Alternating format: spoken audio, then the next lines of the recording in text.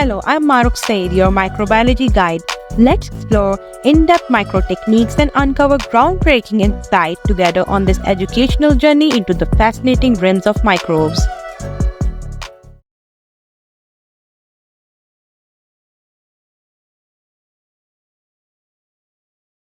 Medical devices like pacemakers and joint implants bypass the human body's natural immune defenses. Manufacturing them requires an environment with zero margin for error. At this scale, a solitary speck of dust or a single microscopic human skin cell contains enough microbial material to critically compromise a sensitive device. If particulate matter settles on an implant during assembly, the sterile barrier is breached.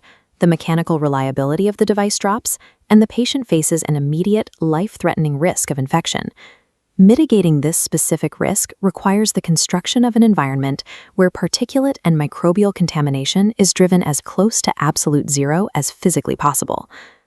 If you have watched till here, don't forget to subscribe to Family of Science Lovers.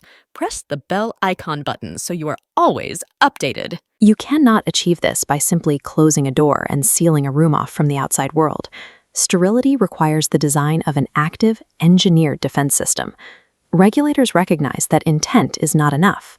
Strict frameworks, specifically the FDA's Current Good Manufacturing Practices and the EU GMP Annex 1, legally mandate the use of aseptic processing environments. These regulations define the modern cleanroom as an integrated, continuously operating machine designed to regulate multiple environmental factors simultaneously. To govern this machine, regulatory bodies require manufacturers to implement a formal, documented framework known as a contamination control strategy. The first pillar of this strategy relies on physical engineering controls. This includes the high-pressure filtration and deliberate routing of airflow. The second and third pillars are procedural. They govern exact parameters for human behavior, supported by a continuous, data-driven environmental monitoring program to verify compliance. Download our Microbiology study app made for researchers like you.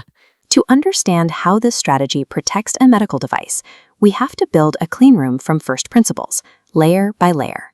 Before a single physical wall is erected, the structural tolerances of the environment must be mathematically defined. International standard ISO 14644-1 provides this metric. It dictates exactly how many airborne particles are allowed per cubic meter of air. Regulators track contaminants 0.5 micrometers or larger. This diagram shows the precise limit for an ISO Class 5 environment. It permits exactly 3,520 particles per cubic meter of air. These limits are reserved for highly sensitive areas of production, like final assembly of sterile devices. In contrast, a supporting background area classified as ISO Class 8 permits up to 3.52 million particles in that exact same volume of space. The massive difference in allowable particulate concentration means the physical engineering required for a Class 5 zone differs entirely from a Class 8 zone. The first physical engineering control is the continuous purification of the incoming air supply. Facilities utilize HEPA and ULPA filters. These act as dense microscopic nets, physically stripping airborne particles and microorganisms before they ever enter the production space. But pumping clean air into a room is insufficient. If that air sits still, remaining contaminants will eventually settle onto the product. Fluid dynamics must be strictly controlled. This diagram shows unidirectional or laminar flow. The air moves in a single direction at uniform velocity. This flow is mandatory in ISO Class 5 critical zones, acting as a physical barrier, sweeping contaminants away from the exposed medical device. Less sensitive areas utilize non-unidirectional or turbulent flow. Diffusers mix the incoming filtered air with the existing room air, continuously diluting the concentration of particles rather than forcing them out in a straight line. To prevent disruption to airflow patterns, the physical structure utilizes smooth, non-porous walls, preventing particles from accumulating in corners or crevices. By combining high-efficiency filtration with precise fluid dynamics, controlled airflow becomes the primary mechanism preventing invisible contaminants from making physical contact with the final product. With the interior airflow established, the facility must defend that engineered atmosphere when materials or people cross the perimeter. This map illustrates the principle of pressure differentiation. It is the primary strategy used to block external, unpurified air from entering the cleanroom. Clean zones are maintained at a higher pressure, typically at least 10 pascals above adjacent, less clean areas. To safely transition personnel and materials across these high-pressure boundaries without breaking the gradient, facilities utilize specialized buffer rooms called airlocks. Airlocks rely on a mechanical safeguard, an interlocking system that strictly prevents both doors from being opened at the same time. Step 1 in mastering this environment is understanding your daily protocol. We are going to build a step-by-step checklist to guide you through operating effectively as a cleanroom technician. All of these daily actions operate under a single framework called a Contamination Control Strategy, or a CCS. This is a documented system designed to identify and eliminate all potential sources of contamination. Executing this strategy requires actively neutralizing invisible risks before they reach a vulnerable patient. The first step on your checklist is verifying the cleanliness classification of your workspace before entering. Cleanrooms are graded using ISO standards, which dictate the allowable concentration of airborne particles. This chart shows a side-by-side comparison of those particle limits. In an ISO 8 support area, the environment allows up to 3,520,000 particles per cubic meter, but in an ISO 5 critical work zone, that limit drops to just 3,520 particles. Checking these pressure and airflow gauges ensures the facility's automated defenses are fully operational.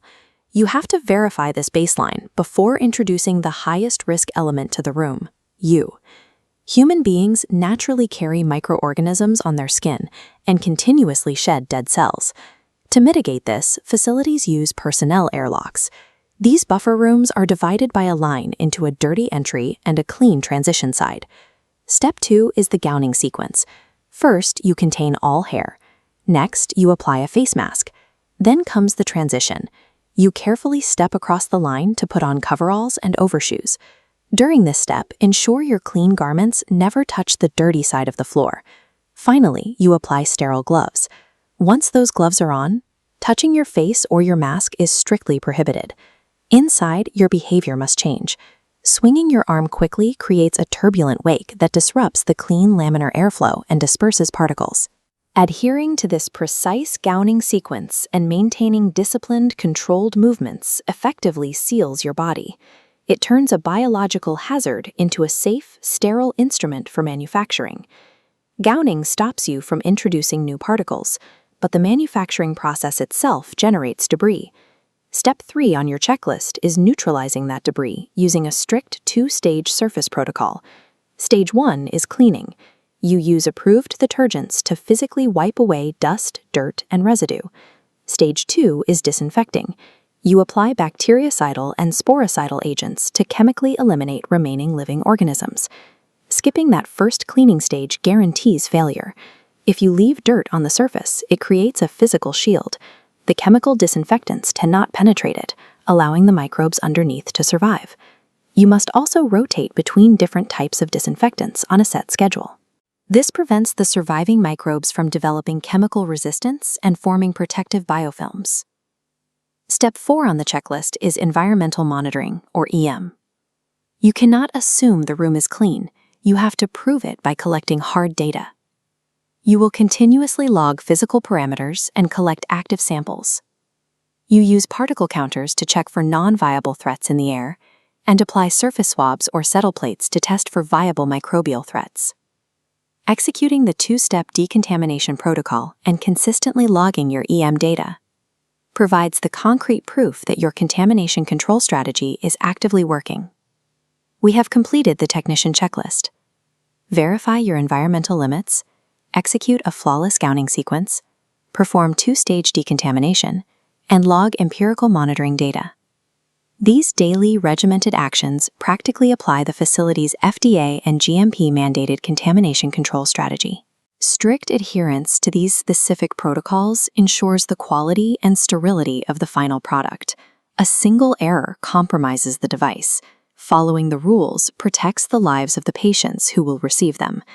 Now that you understand the baseline, immediately review your facility's specific standard operating procedures for your assigned ISO level And make sure to always report any breaches in protocol. If you have watched till here, don't forget to subscribe to Family of Science Lovers. Press the bell icon button so you are always updated. And finally, none of this happens in a vacuum. The entire system, the design, the procedures, the monitoring, it's all governed by a very strict set of global regulations. This is the official rulebook for the Fortress. We've already met one of the key players in the rulebook, ISO 146441, which sets the standards for cleanliness. But there are others. Here in the United States, manufacturers follow the FDA's Current Good Manufacturing Practices, or CGMP. Over in Europe, a key document is the EU GMP Annex 1. They all have their own little differences, but they all work together to create a global standard for safety. What's really interesting is that the rules themselves are getting smarter. Modern regulations, like the latest update to Europe's Annex 1, are pushing for a more holistic approach. They call it a contamination control strategy.